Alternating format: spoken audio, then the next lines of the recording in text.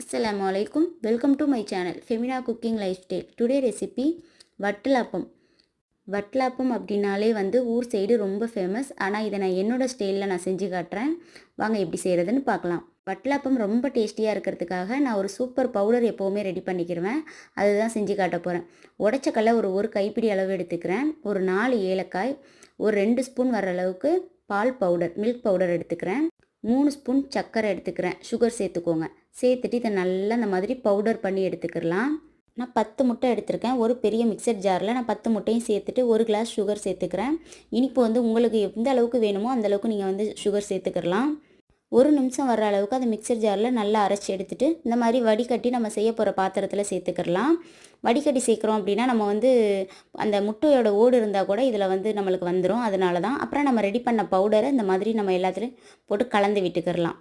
முட்டையில் நல்லா கலந்ததுக்கப்புறம் நான் தலைப்பால், திக்கான பால் நான் வந்து 1.5 கிளாஸ் பால் சேர்த்துக்கிறேன்.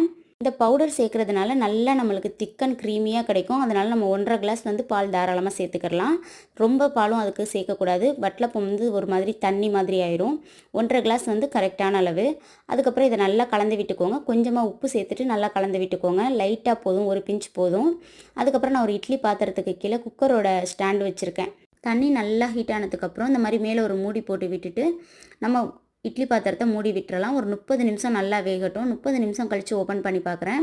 ஒரு 3/4 பதம் இது வெந்துருச்சு. இன்னும் 1/4 வேகணும். அதில் வந்து நான் என்ன பண்ண போகிறேன்னா முந்திரி, திராட்சை இது ரெண்டையுமே வந்து நெய்யில் வறுத்துட்டு சேர்த்துக்க போகிறேன். 1 ஸ்பூன் நெய் எடுத்துக்கிறேன். ஒரு தாளிப்புக்கு இது கரண்டியில் எடுத்துகிட்டு இந்த முந்திரியை ஃபுல்லாக நான் அதில் சேர்த்துக்கிறேன். சேர்த்துட்டு முந்திரி நல்லா வறுபடட்டும். அதுக்கப்புறம் நம்ம அதை வந்து அதில் சேர்த்துக்கிறலாம். சேர்த்து நல்லா எல்லா சைடும் படுற மாதிரி நெய்லாம் நல்லா போகிற மாதிரி எல்லா சைடும் ஊற்றி விட்டுருங்க. இதே மாதிரி நம்ம திராட்சையையும் வந்து வறுத்து எடுத்துக்க போகிறோம்.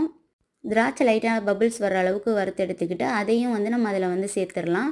சேர்த்துட்டு எல்லா சைடும் மிக்ஸ் பண்ணோம் அப்படின்னா அந்த ஹீட்டில் வந்து நல்லா நெய் ஃபுல்லாக கீழே நல்லா இறங்கும். அதுக்கப்புறம் ஒரு 10 நிமிஷம் இதை வேக வச்சு எடுத்துக்கிறோம்.